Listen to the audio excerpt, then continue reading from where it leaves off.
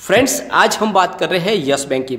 Yes bank का quarter 4 का result Friday को बाजार बंद होने के बाद में आया था और उस वजह से क्वार्टर 4 के रिजल्ट का इफेक्ट उस दिन नहीं हुआ। लेकिन आज जैसे कि मंडे को बाजार खुलते ही लोगों की धारणा थी कि यस बैंक के स्टॉक में लोअर सर्किट लग जाएगा, लेकिन ऐसा कुछ भी नहीं हुआ।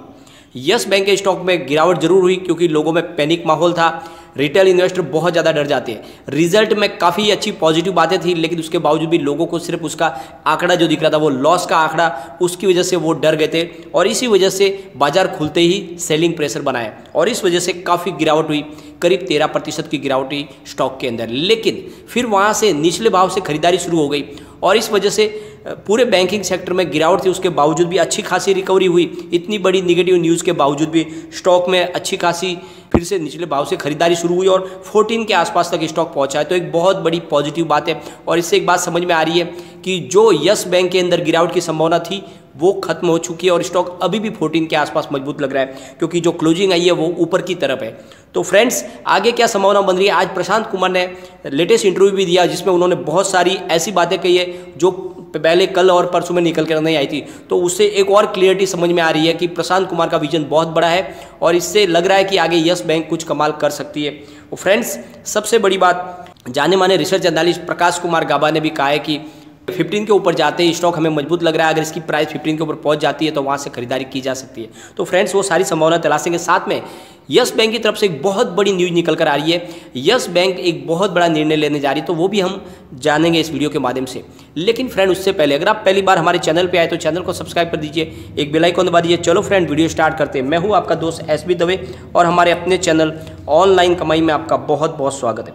फ्रेंड्स, जैसे कि आपको पता ही है, सिटी बैंक अपने हिंदुस्तान में से कारोबार समेट रही है।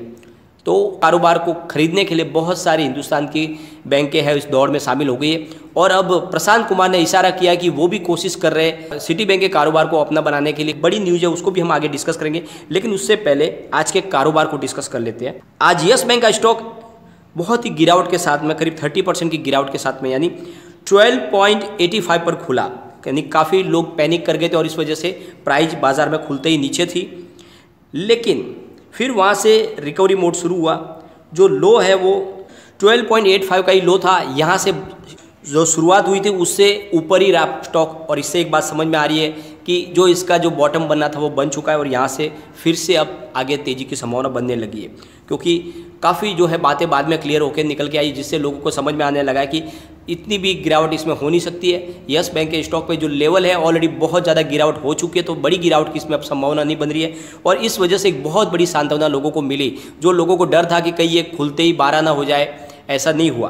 प्राइस फिर से 14 के आसपास क्लोजिंग आई है, तो बहुत अच्छी बात है। और फ्रेंड्स, सबसे बड़ी बात, आज बैंकिंग शेयर में भी गिरावट थी, सारे बैंकिंग शेयरों में गिरावट थी, उसकी वजह से उसका भी असर इसके ऊपर हुआ है। और सबसे बड़ी बात, वॉल्यूम के मामले में पूरे बाजार में ये नंबर 1 पर था। बहुत अच्छा वॉल्यूम हुआ है और निचले भाव से काफ़ी लोगों ने खरीदारी की और इसी वजह से क्लोजिंग फिर से 14 के आसपास आई है। तो जो लो था आज पूरा दिन का वो था 12.85 का, लेकिन इसका हाई था 14 का, जो बहुत ही अच्छी बात है। यानी फिर से इसने अपने 14 के सपोर्ट के पास ये पहुंचा है, जो पॉजिटिव बात है। और जो क्लोजिंग आई है वो भी 13.95 पर, यानी 14 से बिल्कुल सिर्फ 5 पैसा नीचे है। यानी बहुत जल्दी ये 14 के अपने सपोर्ट को फिर से पकड़ने की संभावना बन रही है।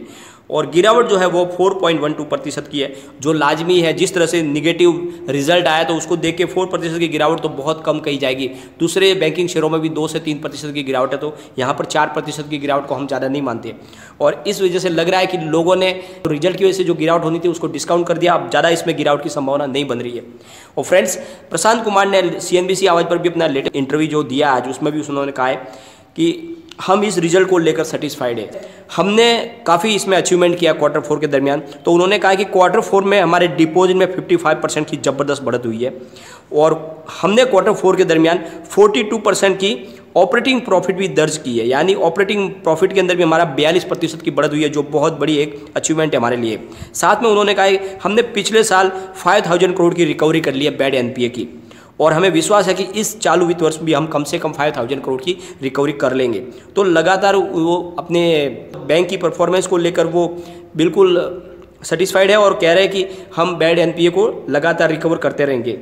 उन्होंने जो कहा है कि क्वार्टर 4 में जो हमारा लॉस हुआ है उसकी वजह है हाई प्रोविज़न, जो पिछले साल से लगभग हमने दुगुना किया है और इसको करना ज़रूरी था क्योंकि इस हाई प्रोविज़न की वजह से आगे हमें बैंक चलाने में तकलीफ नहीं होगी।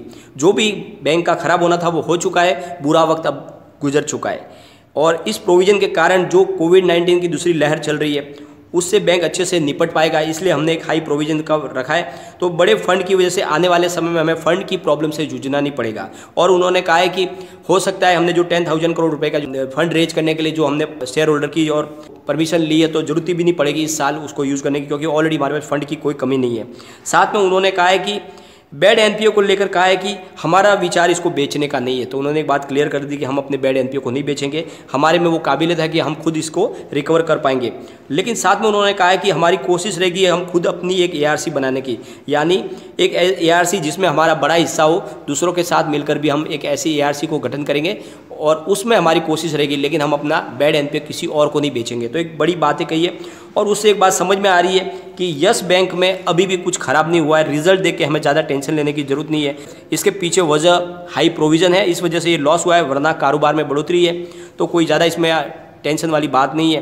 बाजार ने रिएक्ट किया यस बैंक के स्टॉक को लेकर, उससे लग रहा है कि आगे इसमें बड़ी गिरावट की अब संभावना नहीं बन रही है और इसने आज अपना 12.85 का यानी 13 रुपीज़ के आसपास अपना बॉटम भी बना लिया है और यहाँ से स्टॉक फिर रिटर्न हो गया, तो बहुत ही अच्छी पॉजिटिव बात है।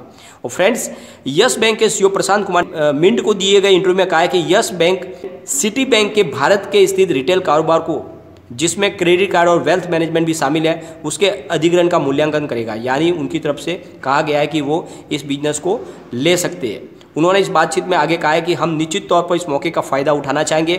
हमारा सोचना है कि सिटी बैंक इस प्रक्रिया पर काम भी कर रहा है।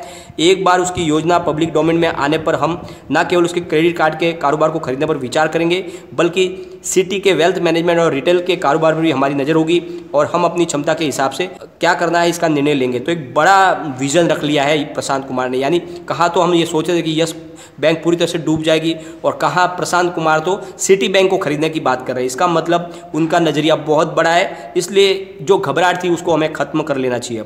सिटी ग्रुप ने 15 अप्रैल को कहा था कि वो भारत सहित पूरे यूरोप और एशिया में से अपने 13 देशों में जो रिटेल कारोबार है उसको बंद करने की तैयारी में है।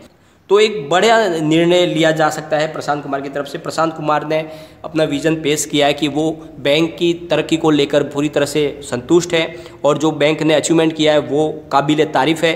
तो वो जो लॉस है वो सिर्फ हाई प्रोविज़न की वजह से है, तो उसमें कोई ज़्यादा इसमें डरने वाली बात नहीं है। तो प्रशांत कुमार ने कह दिया है कि बैड एनपीए को लेकर भी हम संतुष्ट हैं, हम इसके बैड एनपीए को रिकवर काफ़ी कर लेंगे। और उन्होंने जो प्रोविज़न रखा है वो है आगे के सेहत के लिए बैंक की, जिसकी वजह से बैंक की सेहत बिगड़ न पाए, क्योंकि काफ़ी लॉकडाउन लगातार लग रहे हैं तो कारोबार पे असर हो सकता है। इसके लिए उन्होंने पहले से ही व्यवस्था कर ली है। तो फ्रेंड्स, आने वाले समय के लिए उन्होंने जो प्रोविज़न किया है उसकी वजह से ये सब मामला लॉस का बना है, तो इसमें कोई ज़्यादा घबराने वाली बात नहीं। और सब लोगों ने भी इसको समझ लिया और इसी वजह से इसकी प्राइस में काफ़ी अच्छी बढ़ोतरी हुई और इसकी क्लोजिंग ऊपर की तरफ आई है। इससे हमें ज़्यादा घबराने की जरूरत नहीं है और हमें विश्वास रखना चाहिए। हाँ, ये ज़रूर है कि अगर आपका नज़रिया लॉन्ग टर्म का है तभी आप यस बैंक में बने रहे, वरना यस बैंक में आपको अभी जैसे माहौल बना हुआ है बड़ी तेज़ी फिलहाल नहीं बनेगी, टाइम लगेगा, लेकिन आप अपना नज़रिया 2 से 3 साल का रखें तो बहुत ही अच्छा आपको प्रॉफिट डेफिनेटली मिलेगा यस बैंक में।